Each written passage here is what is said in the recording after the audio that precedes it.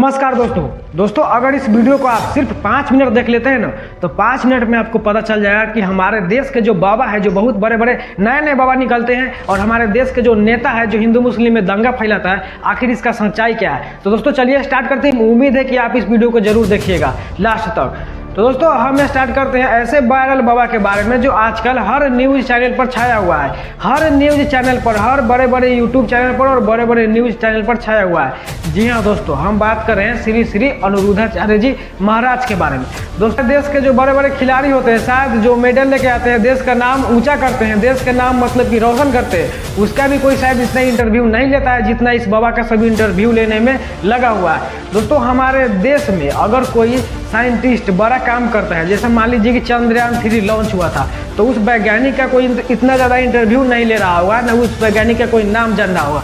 अगर हम आपसे पूछेंगे कि भाई 2-3 गो वैज्ञानिक के नाम बताओ हमारे देश का, तो आप नहीं बता पाएंगे। वही अगर हम पूछ दें कि बाबा का नाम बताओ, तो आप 10 से भी ज़्यादा बाबा के नाम बता दीजिएगा मात्र 1 मिनट में।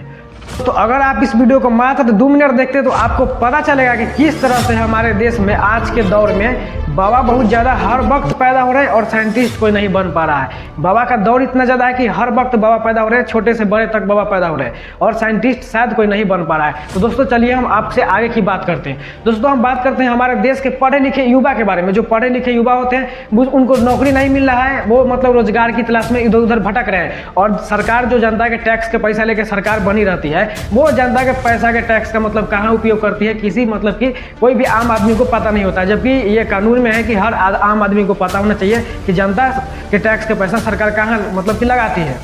हम अगर बात करें बाबा के बारे में, तो आज हमारे जो पढ़े लिखे युवा है उस पर बाबा हावी हो चुके हैं। हमारे जो पढ़े लिखे युवा है वो नौकरी की तलाश में भटक रहे हैं, घर से उनको लात मिल रहा है, बाहर से बात मिल रहा है। लेकिन हम बाबा की बात करें तो बाबा का लाखों करोड़ों फैंस है, मतलब समझ रहे हैं आप, लाखों करोड़ों फैंस से पंडाल में उनसे मिलने आते हैं, चपा के मर जाते हैं, फिर भी नहीं मानते हैं और लगातार उनके भक्ति में लीन रहते हैं। और ऐसा क्यों होता है? हमारे देश के जो भी बाबा है वो मतलब कि इतना मतलब कि बाबा का क्रेज है और इतना ज़्यादा उनके पास लोग क्यों आते हैं? तो भाई देखिए, अंधभक्तों की हमारे देश में कमी नहीं है। 140 करोड़ से भी ज़्यादा जनसंख्या है हमारे देश का, और उसमें से 130 करोड़ लगभग अंधभक्त में ही मतलब कि पूरा डूबा हुआ है। आप एक बार इस मतलब कि जनसंख्या को एक बार देखिएगा तो आप चौंक जाइएगा कि अरे ये क्या है, कोई शिक्षा लेने वाला दरबार है कि कथा सुनने वाला दरबार। तो आप ज़रा ध्यान से इस वीडियो को ज़रा देखिए और आपको पता चलेगा किस तरह हमारे जो बाबा है हमारे देश पर पूरी तरह से हावी हो चुके हैं।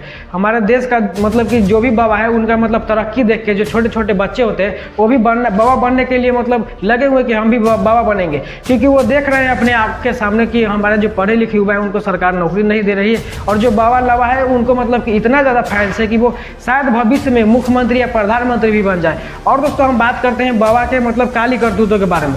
बाबा अपने तो बाबा के दरबार में बहुत सारे लोग आते हैं और उसमें से बहुत सारे लोग मर जाते हैं, लेकिन बाबा पर कोई कार्रवाई नहीं होता है। हाथरस कांड की आप बात कीजिएगा तो हाथरस कांड में बहुत सारे लोग मर गए, लेकिन बाबा पे कोई कार्रवाई नहीं हो रहा है। अब हम बात करते हैं बाबाओं के अंधभक्तों के बारे में। दोस्तों अंधभक्त इतना ज़्यादा हो चुका है कि बाबा मतलब कि अंधभक्त से ही बहुत खुश है। जिसके पास जनता है वही राजा है, चाहे वो बाबा हो या मंत्री हो। तो भाई अगर बाबा के दरबार में बहुत सारे लोग आते हैं और उसमें से कुछ लोग मर भी जाते हैं, तो बाबा पे कोई कार्रवाई नहीं हो रही है। क्यों कार्रवाई नहीं हो रही है? कि अगर सरकार कार्रवाई करेगी बाबा पर तो बाबा कार्रवाई कर देंगे सरकार पर, मतलब समझ रहे हैं। बाबा एक बार अपने अंधभक्तों को बोल देंगे कि सरकार को वोट नहीं दो, तो वो वोट नहीं देगा। भले वो अपने बाप के बात नहीं माने अंधभक्त, लेकिन बाबा के बात जरूर मानेगा। और यही कारण है कि सरकार उस पर एक्शन भी नहीं ले सकती है। ऐसे तो एक्शन नहीं ले रही, लेकिन चाह के भी एक्शन नहीं ले पाएगी। और बहुत सारे हाथरस कांड में लोग मर गए, लेकिन कोई मतलब कि सुनवाई नहीं हो रहा है। जो लोग मर गए वो मर गए, लेकिन दोस्तों आश्चर्य की बात यह है कि लोग मर गए फिर भी नहीं मान रहे कि बाबा गलत है। बाबा एकदम सही है और बाबा के लिए मतलब कि एकदम जान निछावर करने के लिए भी रेडी है। हमारे आपको भाग्यशाली मान रही होंगे कि कल मैं यहाँ पर नहीं पहुँच पाई। बेटा हम भाग्यशाली नहीं मानते हैं, दुर्भाग्य मानते हैं जो यहाँ नहीं आए, और इसी में मेरी भी मौत हो जाती, मुझे बड़ी शोक है।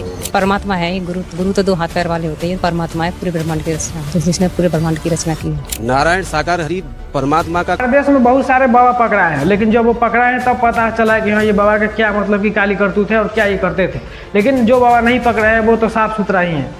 दोस्तों अब आपको ये लग रहा होगा कि हमारे जो देश में इतना सारा अंधभक्त क्यों है, आखिर क्या इसका कारण? तो इसका कारण सरकार भी है। दोस्तों सरकार जब जनता को अच्छा से शिक्षा देती है, अच्छा से मतलब कि पढ़ाती लिखाती, तो आप समझ रहे हैं कि जनता समझ पाता है कि क्या सही और क्या गलत है। अगर बाबा में शक्ति है तो कोई युद्ध रुकवा देना, भारत पाकिस्तान का युद्ध रुकवा दे। होता है। ये सिर्फ मतलब कि एक मंडली है जो अंधभक्त मतलब पड़े हुए हैं, और अंधभक्त इसीलिए पड़े हुए हैं कि हमारे जो देश के जो महिलाएं हैं जो अनपढ़ है वो नहीं समझ पाती है, और बाबा इसको अपने झपेट में ले लेते हैं, और शायद किसी एक्सीडेंट में मर भी जाए तो बाबा पे कोई कार्रवाई नहीं हो रही। और इस सब का कारण है अशिक्षा। हमारे देश में जो अशिक्षा फैला हुआ है दोस्तों, हमारे नेताओं का मेन मुद्दा क्या होता है, जो भी चुनाव लड़ते हैं, जब चुनाव में मतलब कि जब वोट का सीजन आता है, यानी कि जब चुनाव का माहौल आता है, वोटिंग का टाइम आता है, तो वो क्या मतलब किस चीज़ पे वोट मांगते हैं? वो हमेशा क्या चीज़ पे वोट मांगते हैं? वो कभी भी वोट नहीं मांगते हैं शिक्षा पे कि हम अच्छा शिक्षा दिए हैं, वो कभी ये नहीं बोलते हैं कि हम रोजगार दिए हैं उस पर वोट मांगते हैं। वो कभी भी ये नहीं कहते कि हाँ हम स्वास्थ्य की व्यवस्था अच्छा किए उस पर मतलब वोट मांगते हैं। वो हमेशा मांगेंगे किस पे पता है आपको? जाति धर्म हिंदू मुस्लिम,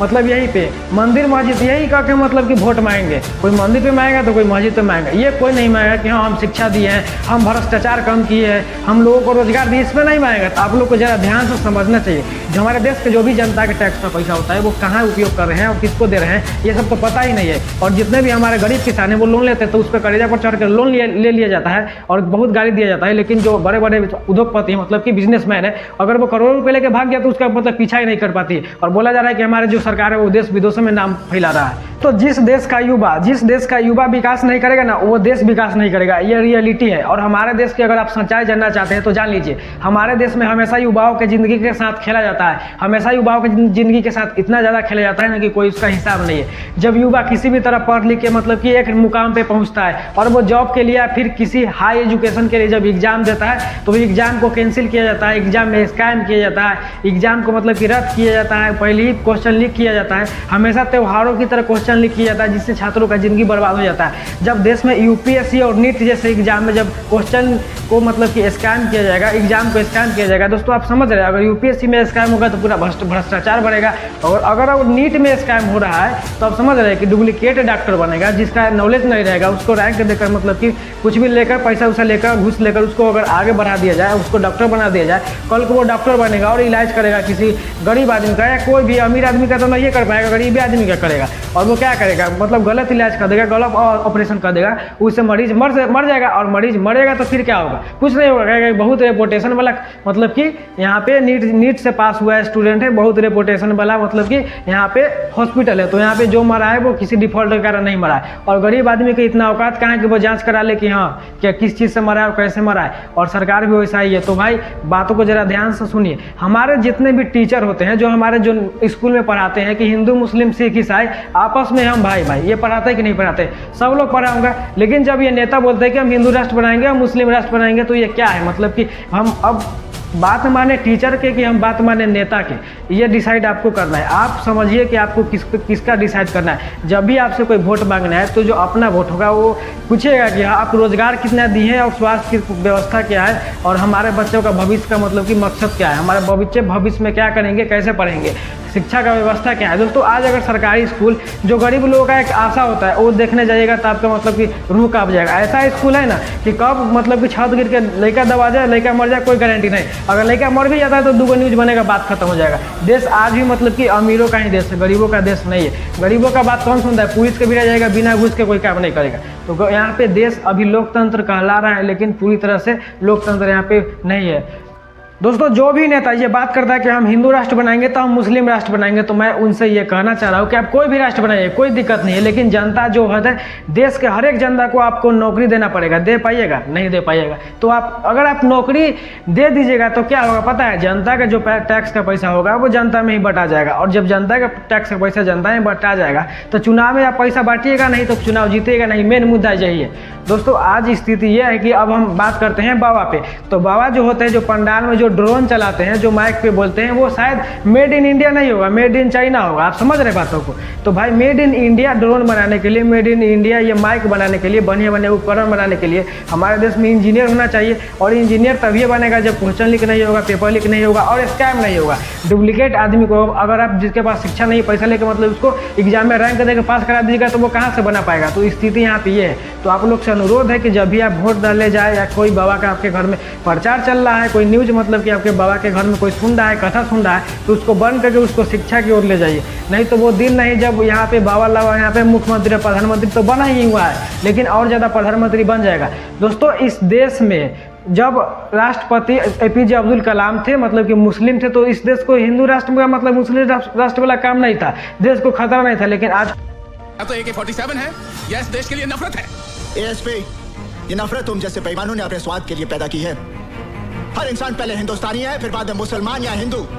इस देश की आजादी के लिए जितना खून हिंदुओं ने बहाया है, उतना ही खून मुसलमानों ने बहाया है। अरे बंद करिए हिंदू और मुसलमान के नाम पर देश को बांटने का खेल, क्योंकि जिस दिन इस जनता को ये खेल समझ में आ गया ना, उस दिन तुम्हें अपना सर छुपाने के लिए ये जमीन भी कम पड़ेगी।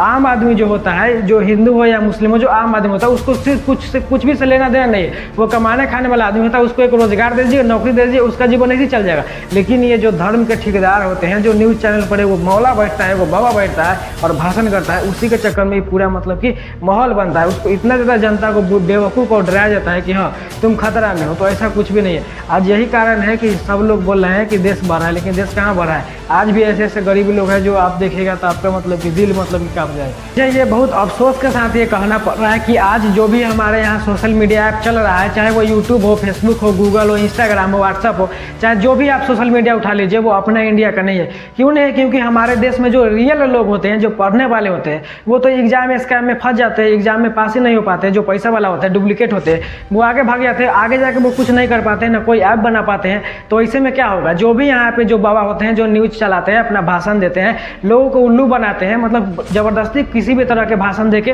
लोगों को उल्लू बनाते हैं और अंधभक्त फंस जाता है। वो प्लेटफॉर्म यूट्यूब होता है, फेसबुक होता है, वो अपना है ये नहीं है। हम दूसरे के मतलब कि दूसरे के भरोसे कब तक जिएंगे। लेकिन ये सब पर बात नहीं करेगा, सिर्फ करेगा कि हाँ हिंदू, मुस्लिम, सिख, ईसाई, ये सब करेगा और चुनाव के मुद्दा हमेशा मंदिर और मस्जिद रखेगा। तो आपसे अनुरोध है कि जब भी आप किसी को वोट दे तो अपना बच्चे का भविष्य देख के वोट दे। आपका बच्चे का जो पेट होता है वो हिंदू मुस्लिम से नहीं भरने वाला है, शिक्षा और रोजगार से भरने वाला है। तो आप जो भी फैसला लेंगे आप सोच समझ कर अच्छे से लीजिएगा। दोस्तों, अगर इस वीडियो में आपको थोड़ा भी कोई जानकारी मिला हो तो अपना राय कमेंट बॉक्स में जरूर दें, और वीडियो अच्छा लगा हो तो लाइक करें। इस वीडियो को मैं यही समाप्त कर रहा हूँ, क्योंकि ये लंबा हो जाएगा तो आप लोग को भी थोड़ा तकलीफ हो जाएगा।